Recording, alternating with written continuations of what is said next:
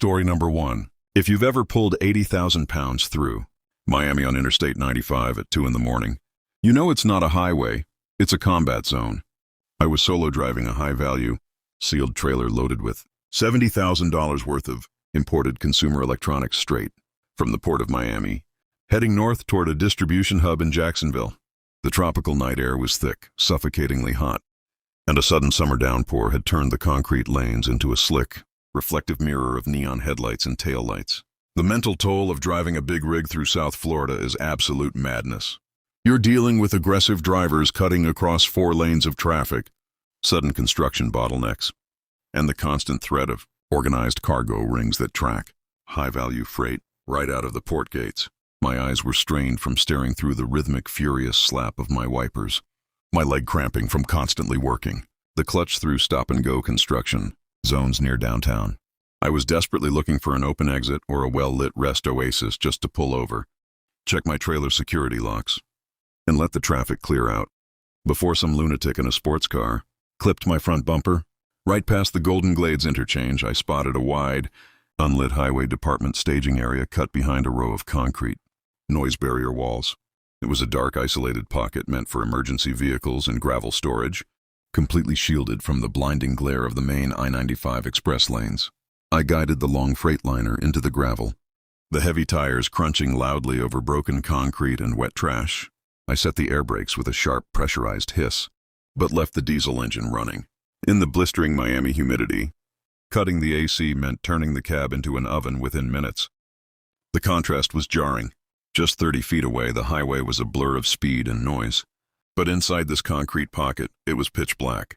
The only light came from the dim amber glow of my dashboard indicators and the long, white beams of my halogens illuminating a wall of overgrown palmetto bushes and the graffiti-covered concrete barriers ahead. I grabbed my heavy steel tire thumper and a high-powered tactical flashlight, throwing open the driver's side door. The humid, heavy night air hit me like a wet blanket, smelling of hot asphalt, exhaust fumes, and stagnant swamp water from the nearby drainage canals. I stepped down onto the wet gravel, walking slowly along the passenger side of the trailer to check the high-security padlock and the metal customs seal on the rear cargo doors. As I reached the back of the trailer, my flashlight beam cut through the driving rain and caught a small black magnetic box slapped directly onto the underlying steel frame right next to my rear brake lines. My heart skipped a beat. I knelt down in the wet gravel, aiming the light closer. It wasn't a standard mechanical part. It was a commercial-grade, real-time GPS tracking transponder, its tiny red LED light blinking a steady, mocking pattern in the darkness. I reached under the frame and ripped the magnetic tracker off the steel, my mind racing in pure panic. This wasn't a random breakdown spot. Someone had planted this device on my rig back at the port staging lot, and they had been tracking my exact speed and coordinates across every mile of I-95. I stood up, spinning around to scan the dark staging area, and my flashlight beam caught something hidden in the deep shadows at the far end of the concrete wall. Parked side by side, completely unlit, were 2 high-end, blacked-out SUVs. The tailgates were open, and inside the cargo beds were heavy industrial bolt cutters, localized cell signal jammers, and stacks of counterfeit shipping manifests. This was the staging ground for a highly professional, Miami-based cargo hijacking syndicate. Suddenly, the headlights of both SUVs erupted into a blinding glare, pinning me in their high beams as 4 men in dark clothes and tactical masks stepped out onto the gravel. I was completely trapped in the concrete pocket. The men didn't yell or hesitate. They moved with the chilling, quiet discipline of professional thieves. 2 of them raised high-powered pistols, aiming them straight at my chest, while the other 2 moved rapidly to block my path back to the driver's side steps. "Drop the tracker and lie down on the gravel, driver," the leader shouted in a flat, ruthless tone over the roar of the highway traffic. "The truck stays, the cargo stays. Move a muscle and you go into the canal." At that exact second, a violent, blinding flash of lightning ripped across the Florida sky, followed instantly by a deafening crack of thunder that shook the ground beneath our feet. The distraction was catastrophic. Out on the slick express lanes of I-95, an aggressive street racer lost control, slamming into a concrete barrier right outside our turnout and triggering a massive multi-car pileup. A spinning vehicle smashed directly into the external noise barrier wall, sending a shower of heavy concrete debris and shattered metal cascading into our staging pocket. A massive chunk of the wall slammed straight down onto the hood of the lead hijacker's SUV, exploding the radiator in a cloud of blinding white steam. The hijackers panicked, throwing themselves out of the way of the falling debris. I took the only chance I had. I lunged forward, swinging my heavy steel tire thumper with everything I had into the chest of the closest gunman. He went down into the gravel with a gasp, his weapon discharging harmlessly into the air. I scrambled up the chrome steps of my Freightliner, diving into the cab and slamming the heavy door shut. I smashed the parking brake valves, threw the transmission into its lowest gear, and buried the accelerator into the floorboards. The 60,000-pound rig roared, the massive dual tires spinning wildly in the wet gravel, throwing up a cloud of stones as the truck launched forward. I steered the massive semi straight through the gap between the damaged SUVs, the heavy steel bumper of my cab, tearing the driver's side doors completely off their frames with a horrifying, metallic screech. I threw the truck out onto the shoulder of I-95, bypassing the fresh pileup lanes and pushing the heavy semi through the torrential rain until I reached a heavily secured Florida Highway Patrol Station 10 miles north. The state troopers and cargo theft task force units deployed immediately. Thanks to the GPS tracker I had ripped off the truck, investigators were able to trace the syndicate back to a massive warehouse network in Hialeah, resulting in 12 arrests and the recovery of millions in stolen freight. I still pull loads through South Florida, but I never stop anywhere near the metro stretches of I-95 after dark. Because out here under the neon lights, the monsters aren't hiding in the woods. They're driving right next to you on the ass. Story number 2. When you're hauling a heavy load through Broward County on I-95, the highway never sleeps. It was late September, right around 2:45 a.m., and a heavy, thick layer of ground fog had settled over the lanes near Fort Lauderdale, dropping visibility down to less than 30 feet. I was solo driving a specialized 75,000-pound refrigerated load of high-value pharmaceuticals destined for a major medical distribution center in West Palm Beach. The exhaustion was a heavy pressure behind my eyes. Driving a heavy commercial rig through a South Florida fog corridor requires absolute, unbroken concentration. The lanes are narrow, the traffic is unpredictable, and a single stalled vehicle ahead can cause a catastrophic chain reaction collision in seconds. My shoulders were locked tight from wrestling the wheel, my eyes burning from staring into the blinding white wall reflected by my high beams. I knew that if I didn't find a safe place to pull over, clear my windshield, and let my air pressure tanks drain their condensation, I was risking a major break. Failure on one of the busiest highway systems in the country.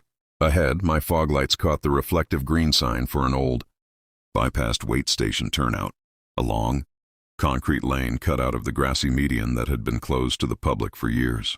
I carefully guided the long Kenworth into the abandoned lane, the heavy tires plowing through overgrown weeds and cracked asphalt, before coming to a stop beneath a line of rusted, unlit light poles. I set the parking brakes with a loud echoing air hiss, leaving the diesel engine running to maintain the critical temperature controls for the pharmaceutical cargo. The isolation was immediate. The thick white fog completely swallowed the truck, cutting off the view of the active I-95 lanes just 50 feet away. The only sound was the steady, low purr of my engine and the heavy, rhythmic thumping of the refrigeration unit on the front of the trailer. I grabbed my heavy iron cheater bar and a high-powered flashlight, stepping down from the cab into the damp, muggy air. The humidity was suffocating, carrying the sharp scent of wet grass, hot diesel oil, and swamp sulfur from the nearby Everglades drainage canals. I walked down the driver's side of the trailer, checking the temperature gauges on the reefer unit to ensure the medicine stayed at a precise 38 degrees. As I walked past the rear dual axles, the flashlight beam cut across the high chain-link security fence that separated the abandoned wait station from the deep swamp woods behind it. I froze mid-step, my heart slamming against my ribs. A large, clean section of the heavy steel fence had been neatly cut away with commercial wire cutters. Lying in the tall grass right inside the breach were 3 empty, professional-grade medical transport coolers and a specialized portable electronic diagnostic scanner used exclusively to bypass commercial cargo lock systems. I knelt down in the wet grass, aiming my flashlight beam through the gap in the fence. This wasn't a random spot of vandalism. Someone had deliberately targeted this abandoned wait station, using the thick Broward fog as perfect cover to intercept incoming medical transport rigs. Then, my flashlight beam caught a fresh trail of muddy boot prints leading straight out of the swamp woods and directly toward the blind side of my own trailer. A cold wave of pure adrenaline hit me. I stood up, spinning around to scan the dark side of my rig. Through the swirling white fog, my light illuminated a long, blacked-out utility van parked silently inside the shadow of the old wait station building. The rear doors were open, and two men in full tactical gear, wearing night vision goggles and carrying professional lock-picking equipment, were actively standing on my trailer's rear step, working on the high-security padlock. I was caught completely exposed in the dark lot. The two men on the step didn't panic when the flashlight beam hit them. They stepped down smoothly, their movements coordinated and precise. One of them raised a heavy silenced handgun, aiming it straight at my head, while the second man pulled a high-powered electronic stun weapon from his tactical vest. "Step back and drop the bar, driver," the man with the pistol said in a low, chillingly calm voice. "We've been tracking this pharma load since it crossed the county line.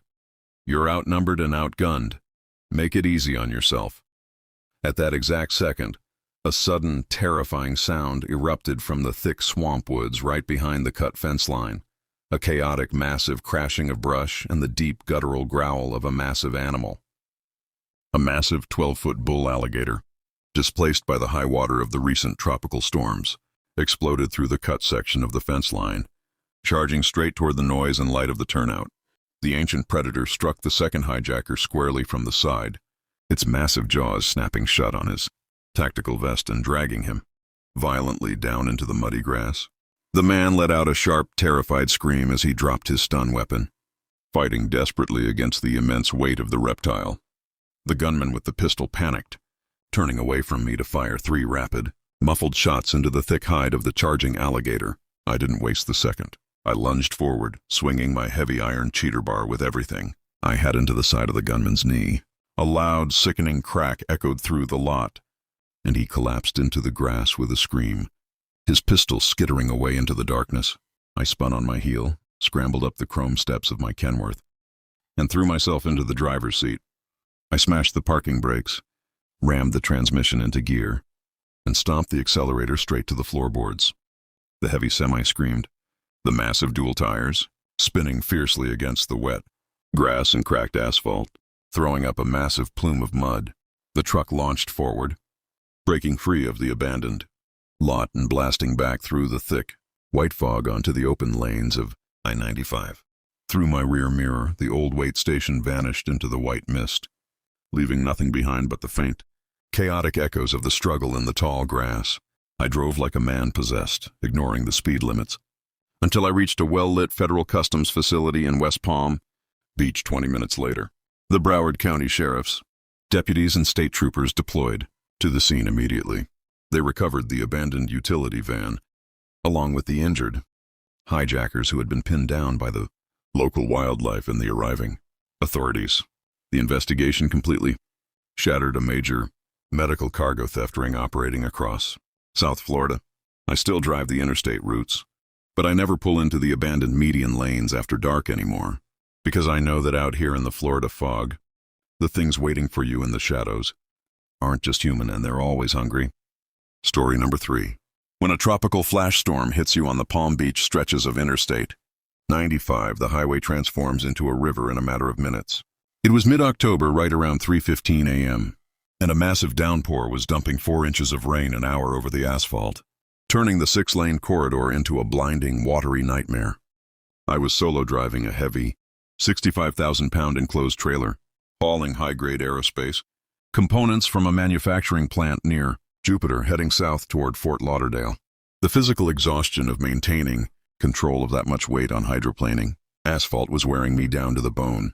The road surface was completely flooded, the white lane markers disappearing beneath 6 inches of standing water. If your trailer tires lose traction for even a fraction of a second, 80,000 pounds of truck will jackknife across the highway, wiping out everything in its path. My hands were stiff from gripping the wheel, my eyes strained from trying to see through the blinding sheets of water thrown up by the passing traffic. I knew I needed to find an immediate exit, or a wide emergency shoulder turnout, to let the worst of the cell pass before the highway claimed my rig. Through the heavy, blinding sheets of rain, I spotted a wide, asphalt emergency breakdown pocket, built right next to a massive highway expansion project near West Palm Beach. It was a long, dark stretch of road lined with towering orange construction cranes and concrete bridge pillars that cast deep, ominous shadows across the flooded lanes. I guided the long Peterbilt into the shoulder pocket, the heavy tires throwing up a massive wall of water before coming to a stop against a line of plastic temporary barriers. I set the parking brakes with a loud pressurized air hiss, leaving the headlights on so the bright halogen beams cut through the driving rain.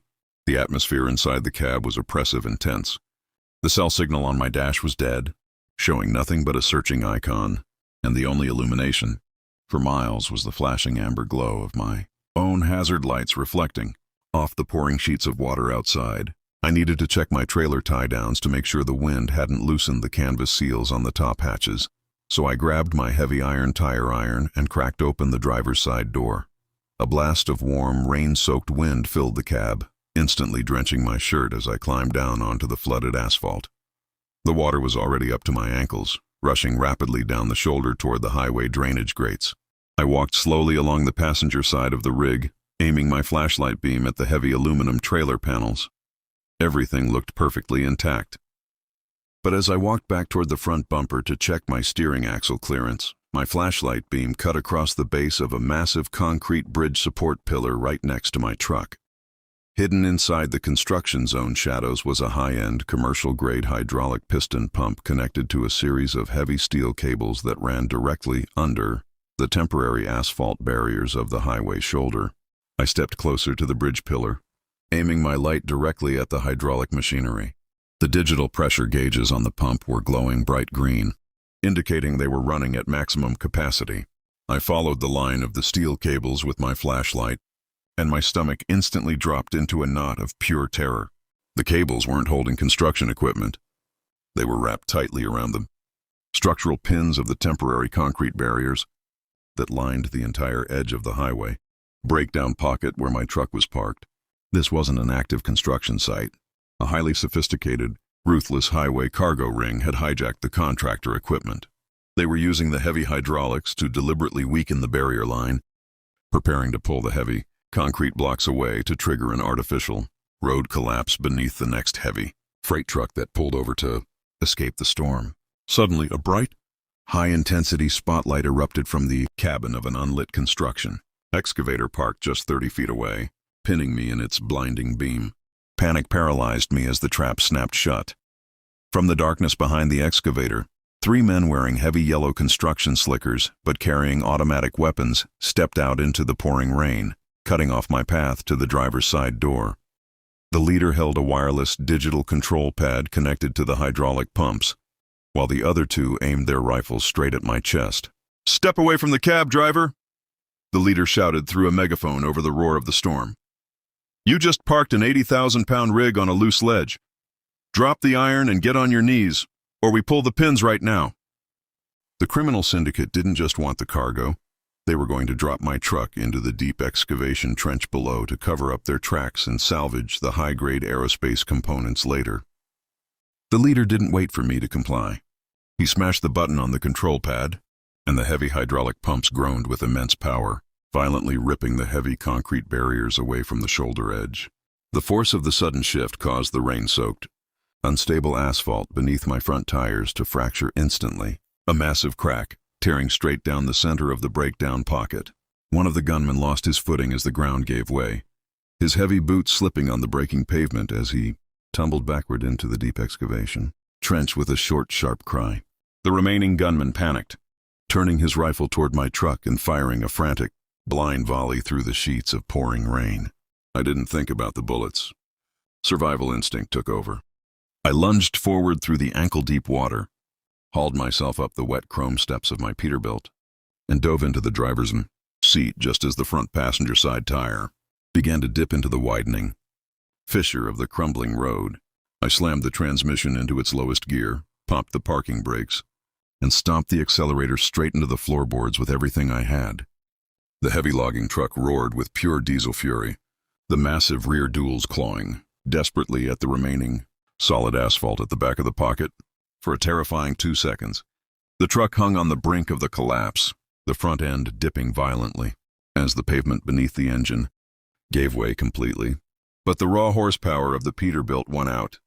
The rear tires found traction on the solid bedrock of the main highway lanes, and the massive semi tore forward, pulling itself out of the collapsing pocket. Just as the entire shoulder and the front 20 feet of the construction zone slid completely into the deep excavation trench below, I threw the truck out onto the flooded open lanes of I-95, pushing the heavy rig through the torrential storm until I reached a well-lit state highway patrol checkpoint 5 miles south.